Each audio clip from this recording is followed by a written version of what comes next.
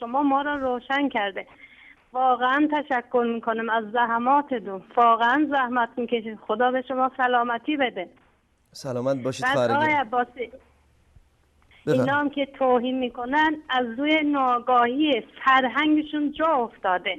یه چیزی به خدمت شما عرض کنم، اینا که بچه هاشون شما بیشتر از این انتظار نداشته باشین از این برادر. بعضی از برادران شیعه، البته همشون اینجوری نیستن، خیلی ها هستن با ادب، با شخصیت، مؤدب، با سواد.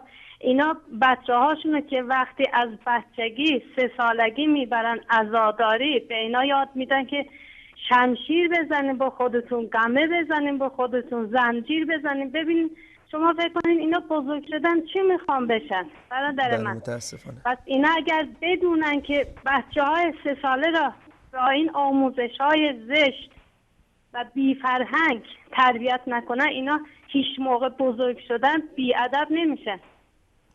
همین آقای دانشمند، همین اون شبکه ها که مخالف اهل سنت هستن، به مقدساتشون توهین میکنن، اینا همونا هستن. از بچگی اینجوری بار اومدن، فرهنگشون تربیت دادن به اینا. شما فکر میکنه یه آدم باسواد، روشنفکر، با شخصیت توهین میکنه به مقدسات دیگران، اون انسانیتش چی میشه؟ وجدان انسانیشون چی میشه؟ آقای عباسی، اینا رو باید شما روشنگری کنید، برنامه بذارین، اینا رو یه خورده از فرهنگ صحبت کنین، ادب یاد بدین.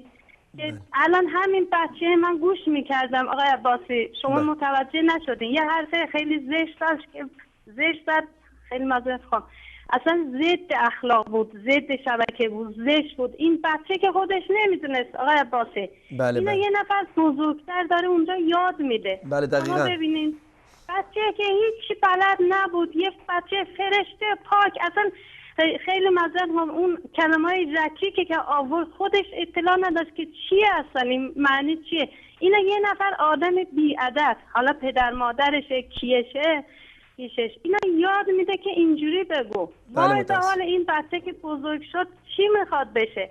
واقعا اینا تاثیر میذاره تو فرهنگ ایران. بالاخره فرهنگ دیگه، میگن ترکا یه مثل میگن اسب و پیش اسب ببندی هم رنگ نشه هم خوی میشه. بعضی هم خب این فرهنگ میبینن، خب آدمایی که واقعا چجوری بگم بی شخصیت ها اینا رو یاد میگیرن. من از شما خواهش میکنم برنامه بذارین آقای عباسی درباره فرهنگ اینا رو ببرین بالا، اخلاق اینا رو ببرین بالا، نصیحتش کنین با زبان. اینا بعضی از روی ناگاهی، بعضی ها فقط تعصب دارن، متاسفانه اصلا اسمشون مسلمانه، هیچ بوی از انسانیت و مسلمانی نبردن، اما تعصب دارن. بله متاسفانه. همین دستون بر نکنه. تشکر میکنیم از اینکه روشنگری میدین، از اینکه فکر ما را باز میکنین، با اسلام آشنا میکنین. من خودم ترکم آقای عباسی. بله. خب شهرهای اردبیل نمیدونم اطلاع دارین یا نه؟ بله کاملا. شهرهاش، روستاها، کلا آذربایجان بعضی جاها از دست این صفوی ملعون همینجوری در امان موندن. بله. خیلی هم تعصب دارن، دینشون رو به پول نمیبازن. میتونستن خب تو این شهرها که خودتون میدونیم بعضی تندرو هست، از دست اونا به پول پناه بیارن، به قوم صفوی پناه بیارن، ولی خوشبختانه همینجوری موندن. الحمدلله. نفروختن به پول. الله ثابت قدمتون بداره. زنده باشین. خیلی ممنون. خیلی هم تعصب دارن اتفاقا به دین اسلام. بعد من خودم یادم میاد الان 50 سالم آقای عباسی. بچه که چجوری بگم نوجوان بودیم، زیارتگاه‌هایی داریم که اینا دست ماست. الان یادم میفته، میگم اینا تاریخشون میخونیم یا زبان به زبان میچرخه تاریخشون نگاه میکنم، میبینم اینا از دست اصلا صفوی‌ها فرار کردن، بعد پناه آوردن تو این شهرها، روستاها.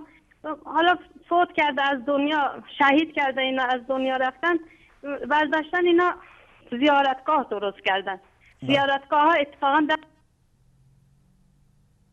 بله متاسفانه تماس خواهر گرامیمون از ایران قطع شد. من تشکر میکنم از شما خواهر گرامی و اظهار لطفتون و همچنین روشنگری هاتون نسبت به جامعه ایران و جهل و نادانی ها و تعصب هایی که در بین بعضی از افراد هست.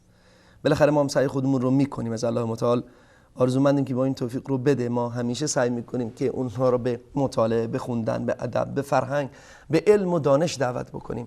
چیز دیگری در دست ما نیست. سپاسگزار از شما خواهر گرامی.